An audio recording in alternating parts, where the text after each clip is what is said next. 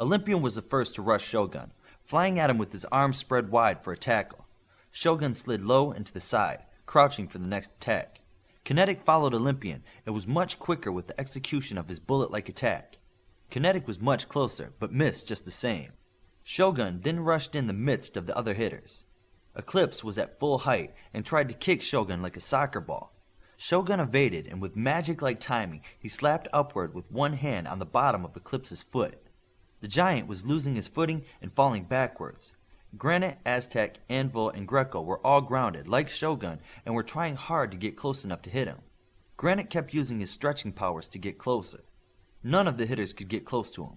Orbit had been biding her time, waiting to see how he reacted to the attacks from the other hitters. She flew in from above for an attack, confident she was not seen.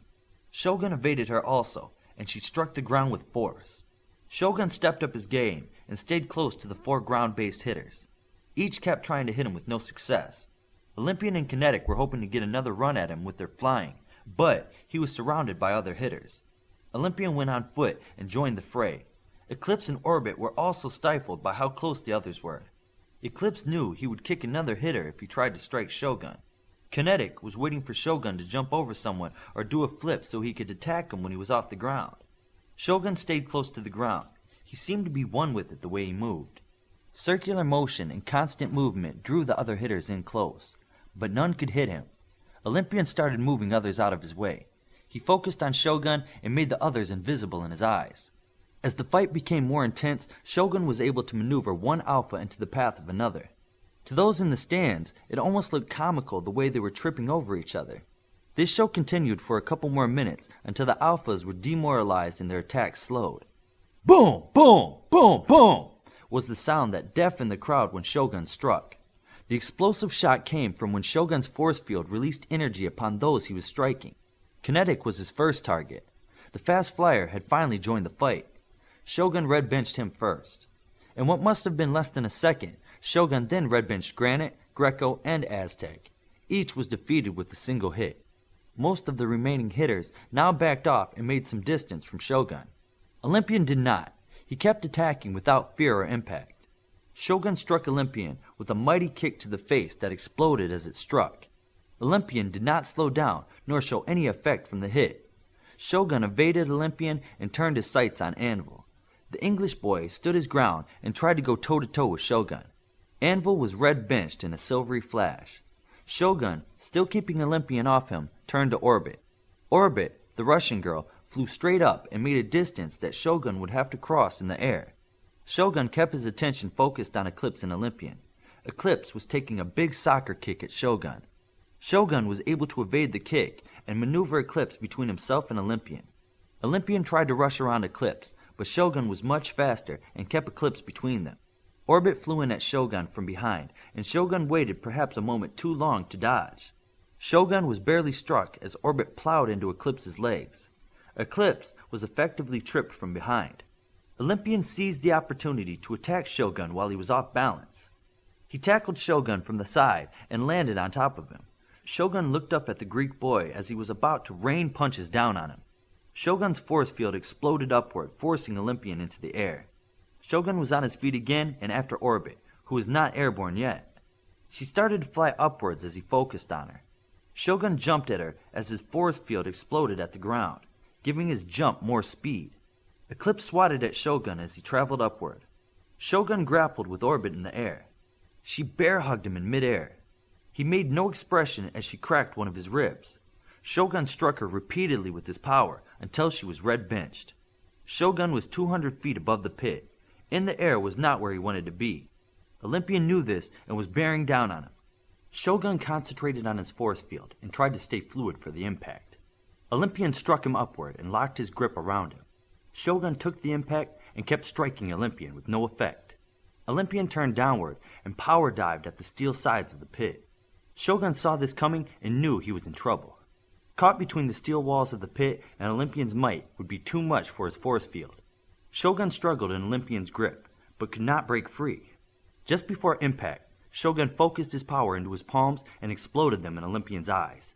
The effect was slight, but enough that they struck the pit walls sideways. Hundreds of steel cubes burst into the air, and the solid steel walls rang like a giant gong. Despite the force field that offered him protection, Shogun was hurt. His helmet was shattered, and so was his right shoulder, along with a few ribs. Shogun was bleeding from his head and couldn't breathe. It took him a second to get to his feet. Olympian burst up from beneath a pile of cubes, unhurt and ready to fight. Eclipse was charging over the mess of blocks to attack Shogun. Shogun waited for the attack. Olympian waited too, to let Eclipse have his attack. Eclipse howled and slid on his knees with his hand pulled back for an attack. Shogun was much faster, even hurt, and stepped forward. He punched his good hand inside Eclipse's mouth and exploded his power in his head. Eclipse was red-benched. Shogun turned to see Olympian kick a pile of cubes at him. Dozens of steel boulders flew at and around Shogun. Shogun knew that wasn't the real attack. Olympian followed the steel attack, hoping to find Shogun off balance. The hitter struck at Shogun once, then again. Shogun was now evading the Greek juggernaut for real. Olympian didn't think about anything other than hitting Shogun. He kept closing the distance, coming closer and closer to Shogun. Shogun kept his right arm close to his body and didn't strike back. He waited for his regeneration to deal with the pain. Minutes that seemed like hours passed for Shogun. 3 minutes of evading an enraged Olympian gave his body the time it needed to knit most of his bones back together. Shogun then started striking back with his good hand. Olympian didn't seem to slow down for the returned attacks. 2 more minutes passed, and Shogun didn't seem to notice his injuries anymore. He was now fighting with Olympian as he would any supervillain. The fight took on a life of its own. Shogun tried desperately to bench this last alpha. Olympian tried desperately to land a blow on the faster and more skilled fighter. Another 4 minutes passed, and the loudspeaker sounded off. "Time! Match over!" The fight stopped. Shogun was now fully healed, and Olympian didn't look like he was ever hurt. Shogun extended a hand to Olympian. "Excellent match. Very fierce," Shogun said. "Thank you, sir," Olympian said and stepped back. "Take a seat with the others." The crowd was in awe of the fight that just took place in front of them. Shogun jumped out of the pit to address the alphas. He started talking to them about moving with your enemy, about choosing your targets and when to attack. He made a point about always knowing where your opponents were and how to use their numbers against them.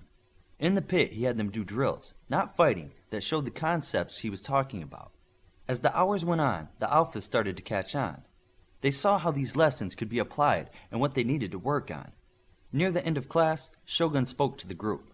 "I need you all to lend a hand and clean up this mess," Shogun said. She looked at her father and nodded. "Midas." Midas touched the ground, and the pit walls and blocks reformed perfectly in less than a second. Shogun seemed surprised by this. "You are all dismissed for the afternoon," Shogun said. Connors flew down into the pit. "Ready for lunch?" She approached her father. "Will you have time to stop by the dorm after?" "Unless there is an emergency, I will make time," Shogun told his daughter. "Good. See you later," she said as she took 2 fast steps and floated up and out of the pit. "Nice fight. I'm glad to see you haven't gotten soft," Connors said to Shogun. "That hitter you picked, Olympian, he's something else. If he wouldn't have waited for the giant to attack, he might have had me. You shouldn't have gone in the air. How else was I supposed to get the girl? That was as close to the ground as I was going to get her. True, if only you could fly. If I could fly, I would have nothing left to be humble about," Shogun said with a smile. "I have countermeasures on if you'd like to go off campus for lunch." Both were now out of the pit and walking back to main campus. "I know a place in Osaka. I haven't been there in a while. Did you come here by Sparrow?" "Sparrow? No, I came in a Raptor. If we use it, we can be parked on a rooftop in 10 minutes. I also have a change of clothes in there." "Sounds good." Connors paused, then asked, "Was your red harness on?" "No. Safety protocols are clear about using a harness during training. If I were afraid to fight without a harness, I wouldn't be much of a superhero. You can expel me if you want to." Shogun laughed, and Connors shook his head.